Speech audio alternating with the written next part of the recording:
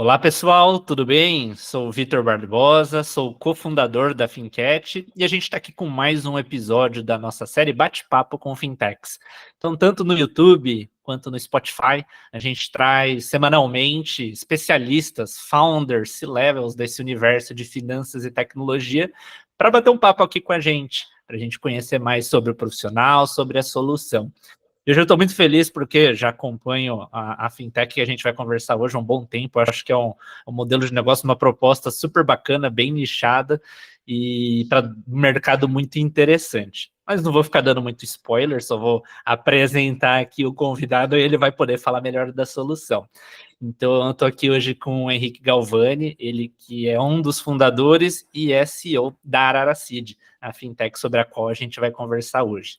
Henrique, primeiramente, muito obrigado por estar participando aqui conosco desse bate-papo e queria começar pedindo que você se apresentasse para o pessoal de casa, contasse um pouquinho mais da sua trajetória.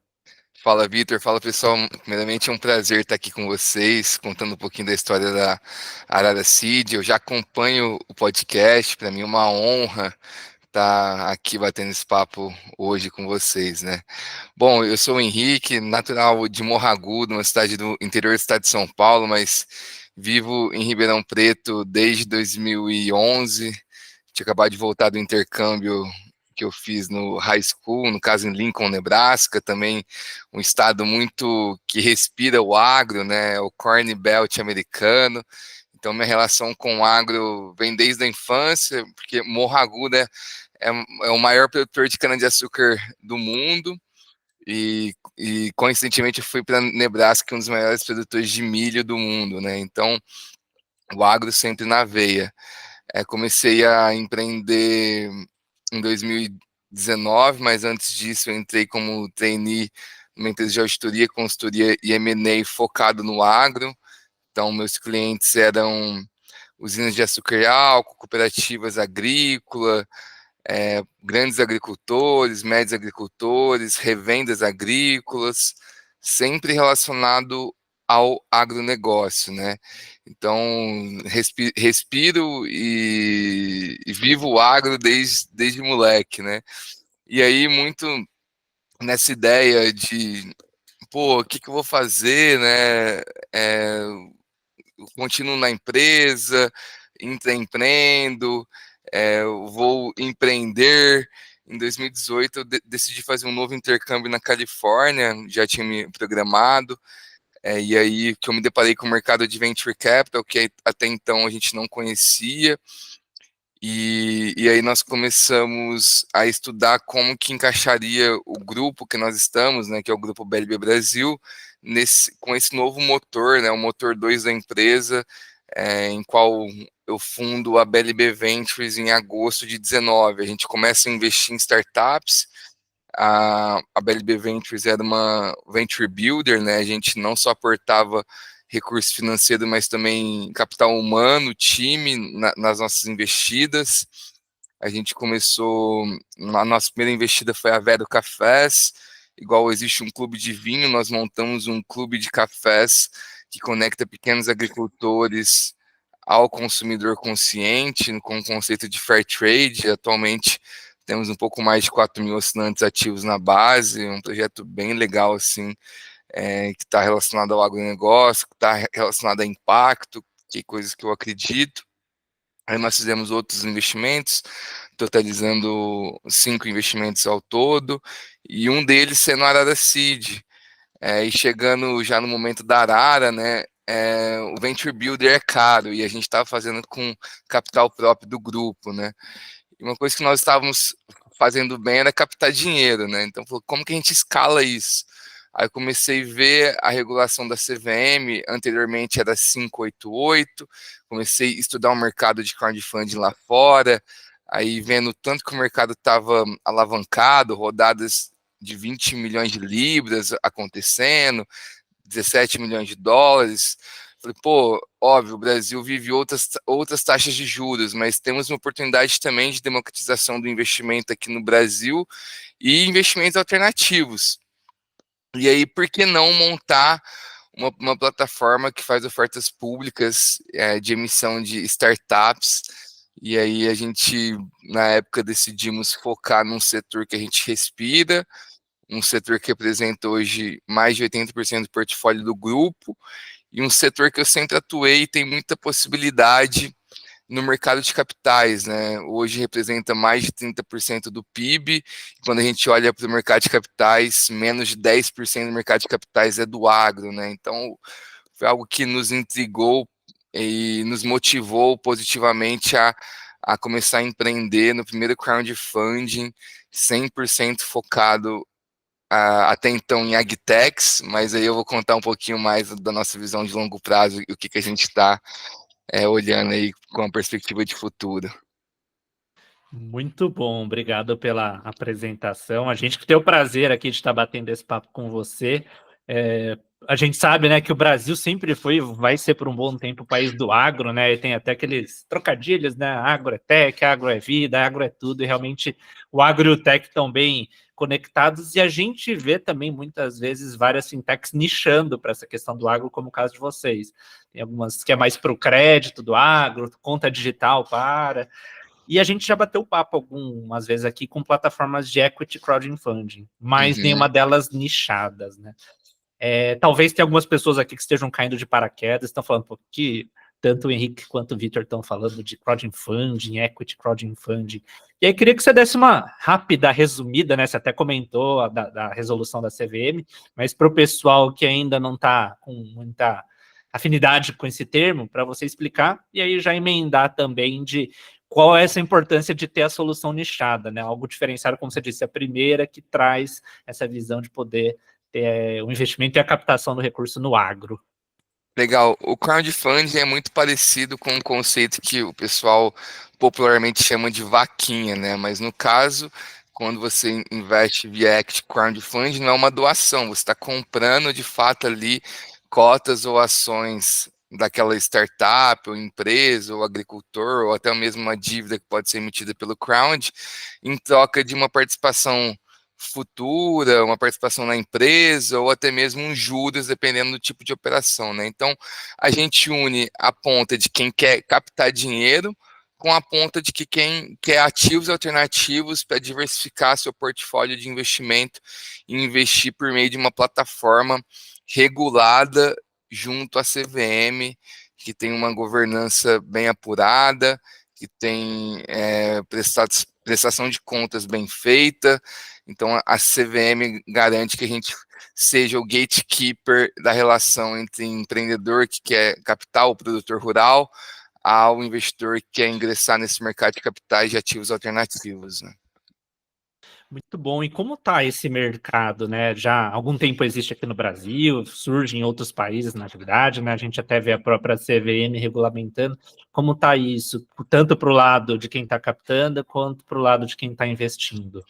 Legal. No Brasil, a gente vive em taxas de juros altíssimas, né? Então, o mercado foi muito bom em 2022, captamos um pouco mais de 200 milhões de reais, em 23 deu uma, isso para equity, estou falando, né? Porque dívida eu não tenho de fato os números na cabeça, e aí em 2023 foi quase os mesmos 200 milhões, a perspectiva é crescimento do mercado esse ano, principalmente com as flexibilizações que teve de divulgação de oferta, etc. e tal, pela CVM, né? É um mercado que lá fora eu já vi na Europa o pessoal captando próximo de 5 bi em um ano, né? Nos Estados Unidos, muito próximo também de bi de doll, então é um mercado bem mais ativo que aqui.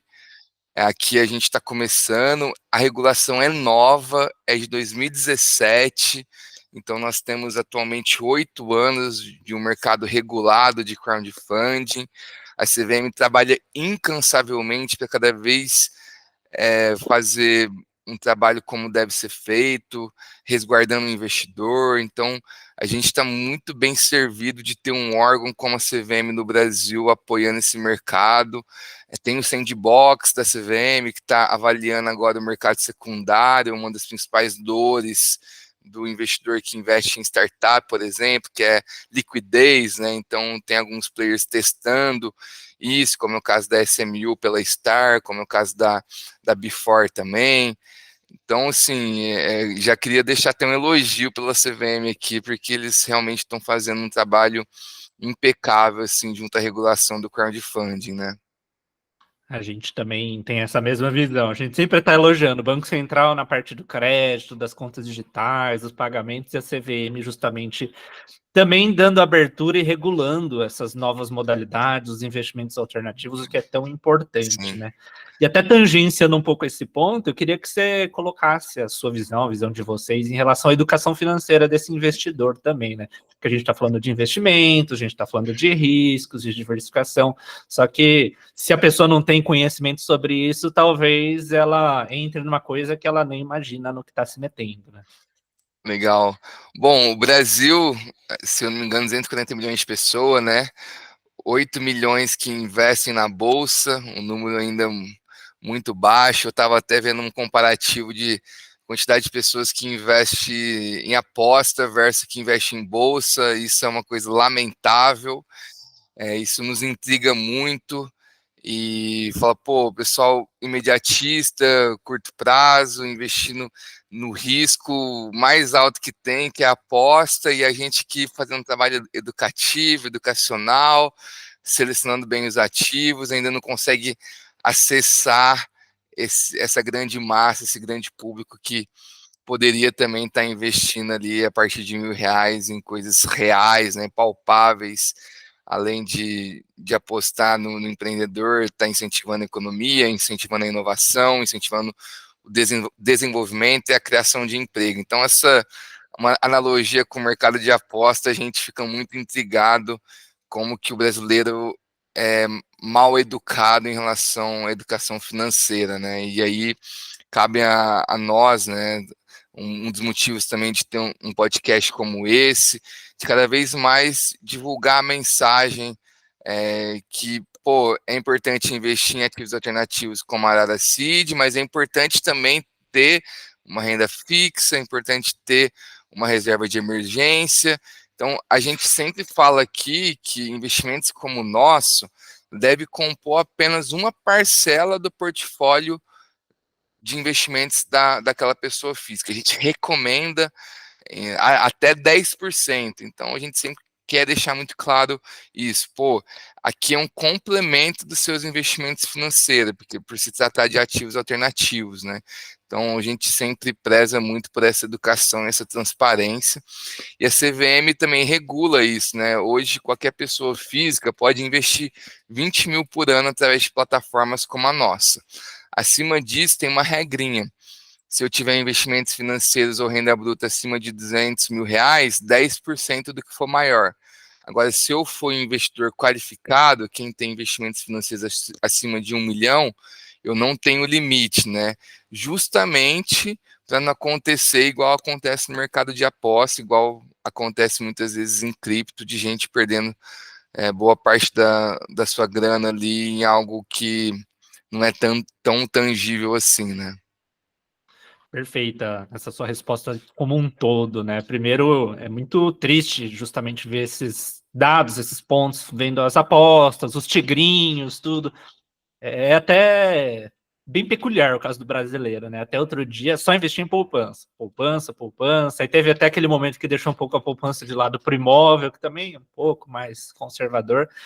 Aí do nada a gente vê números como esses, né? Muito mais gente investindo, primeiro em cripto, agora nem investindo, né? Mas colocando dinheiro em aposta, mais do que em tesouro direto, bolsa de valores, seja ação, seja Sim, fundo imobiliário.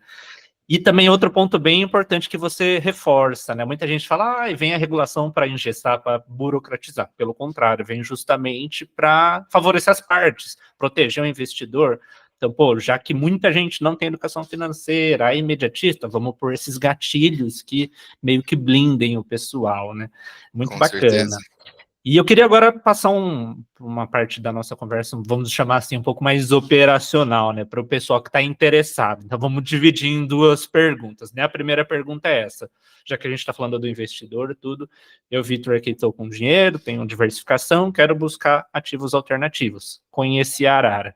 Como que funciona, me cadastro pelo site, valor de aplicação, dá um panorama geral para o pessoal terminando aqui o bate-papo já pular no site de vocês. É muito fácil investir pela Arara Seed, basta acessar araraseed.com.br. Lá tem todas as ofertas que nós estamos atualmente abertas, né? Recentemente nós concluímos uma rodada de captação da Agroforest Carbon, a gente acabou de encerrar ela na semana passada, 1.100.000 reais, com 100 investidores, ticket médio de 10 mil reais. Contudo, é possível investir conosco a partir de R$ 1.000 e é muito simples. A gente validou de fato a nossa experiência, né? Quando uma senhora de 76 anos concluiu seu investimento conosco ali em menos de 5 minutos, desde o cadastro até realmente o depósito, né? Então a gente falou, pô, realmente a experiência da plataforma tá bacana, gente de outra geração, né? Uma senhora de 76 anos investindo conosco aqui, foi uma comemoração muito grande, assim, para nós, né? De validação de experiência. Então, muito simples. E lá a gente... não é qualquer empresa que capta pela Arara Seed, só para vocês terem uma noção. A gente, nos últimos 18 meses, nós avaliamos mais de 450 startups, empresas que queriam captar conosco, para ter somente 4 rodadas concluídas pela plataforma, ou seja, uma aprovação de 1%, né? Uma, porque a gente entra em todas as rodadas também com um cheque da própria Arara, a gente como sócio também, pessoa física, a gente aporta também, porque uma vez que eu estou selecionando na minha base de investidores, por que não eu acreditar também, né? Então é algo que todos os sócios acabam investindo também, então a gente prefere ter poucos ativos, mas bons ativos, do que colocar qualquer coisa aqui dentro da plataforma, né? Então, o nosso crivo e a curadoria de seleção, ela é mas muito ativa mesmo. Muito bom, que até já começa a tangenciar essa próxima pergunta que eu ia fazer, né? Sou uma agrotech, estou nesse meio, estou pensando em captar recursos, né? Também é fácil se cadastrar, como que é esse crivo, claro, e valores, para o pessoal também desse outro lado que está com esse chapeuzinho da startup, também depois do episódio entrar no site de vocês e passar pelo processo. Legal, Vitor. Bom, hoje a nossa tese de investimento ela está focada em agtech, foodtech e climate tech, tudo que envolva a cadeia de valor do agro. É impossível eu falar de agro sem alimentos e sem clima, né? Então, agtechs, foodtechs e climate techs. Hoje a gente investe cheques de 400 mil a 2 milhões de reais para empresas que faturam pelo menos 500 mil por ano. A gente não investe em ideação, a empresa está numa fase de pré-tração, geralmente já fez uma rodada de investimento anjo, está buscando uma captação pre-seed ou uma extensão da rodada pre-seed, né? Um capital pré-semente, vamos dizer assim. A gente demora, em média, para dar uma resposta por empreendedor em termo mais ou menos umas 3 semanas, que vai desde a nossa análise inicial ali da solução, até passar no comitê de investimento que nós temos aqui, que acontece quinzenalmente, até dar uma resposta final ali para o empreendedor. A gente sempre procura, de uma maneira transparente, responder todo mundo, né, os motivos do go ou até mesmo do no-go, né, quando a gente não avança na rodada de captação, que isso mude o empreendedor ali na jornada dele e na busca por financiamento, né. Como eu disse, 450 startups que a gente vem acompanhando na base e dentro do nosso, que a gente chama aqui de deal flow, né, nosso pipeline de negócios. Prático, fácil para todos os lados, é o que cada vez mais pessoas, empresas, negócios querem, né? Então, mais uma vez, reforçando o quão a gente admira a solução de vocês. E olhando agora um pouquinho para o futuro, seja esse futuro próximo, dos próximos meses, até a gente fechar o 24, olhar 2025, né? Que vocês têm no radar, Legal. novidades, ou o próprio mercado em si? Dá um spoiler para o pessoal.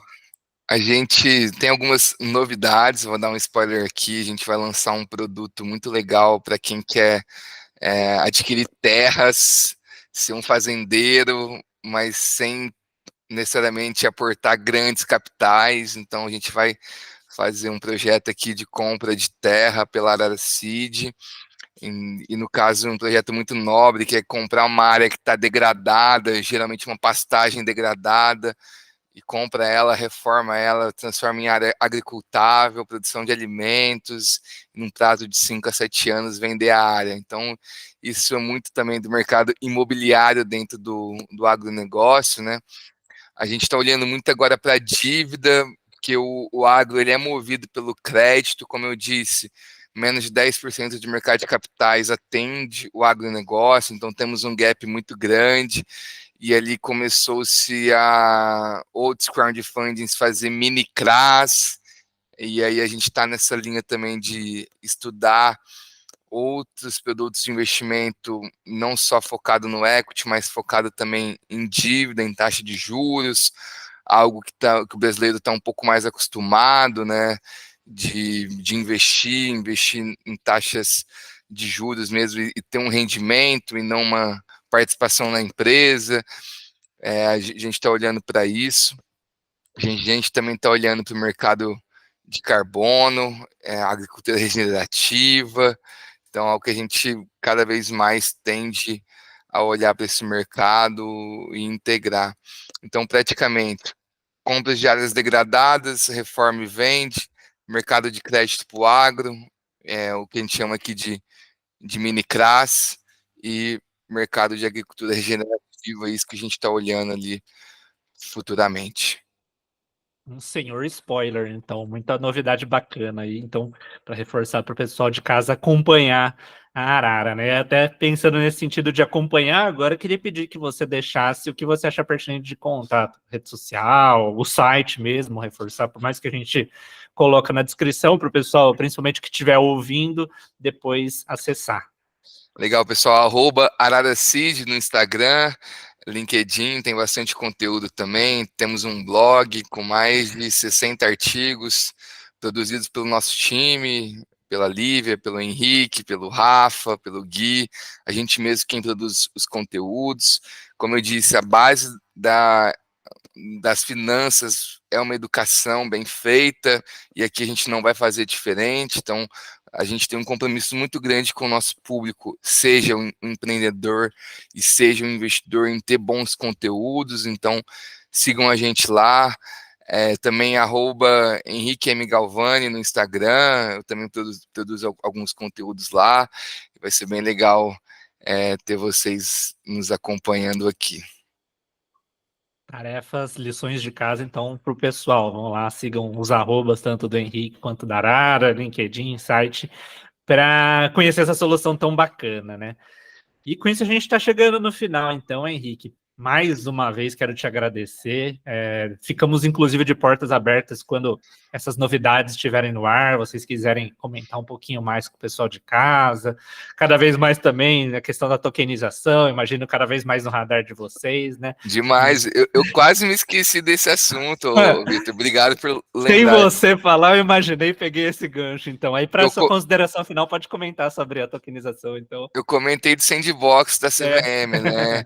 A SMU, que está à frente disso, está tratando desse assunto da tokenização, que vai acelerar muita a liquidez dentro do crowdfunding, até mesmo a parte de dívida, né? Porque tem-se um entendimento que com a tokenização, eu, como crowd, não vou precisar de uma securitizadora, então vai acelerar muito o processo de uma emissão de um CRA, de uma dívida pelo crowdfunding, os custos vão ficar menores, a gente está olhando para isso.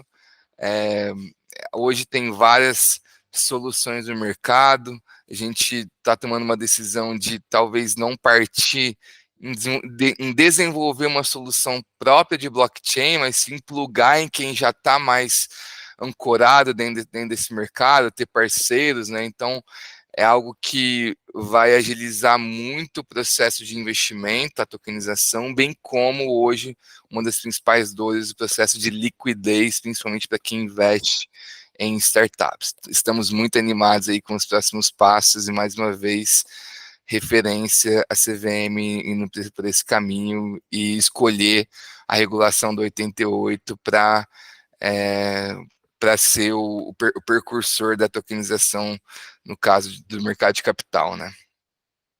Fantástico. Então, para o pessoal que ainda está perdido nesse sentido de equity crowdfunding, ainda mais com essa possibilidade de ter um pé no agro, tá aí toda essa deixa que o Henrique deu, cada vez mais o mercado que vai crescer, né?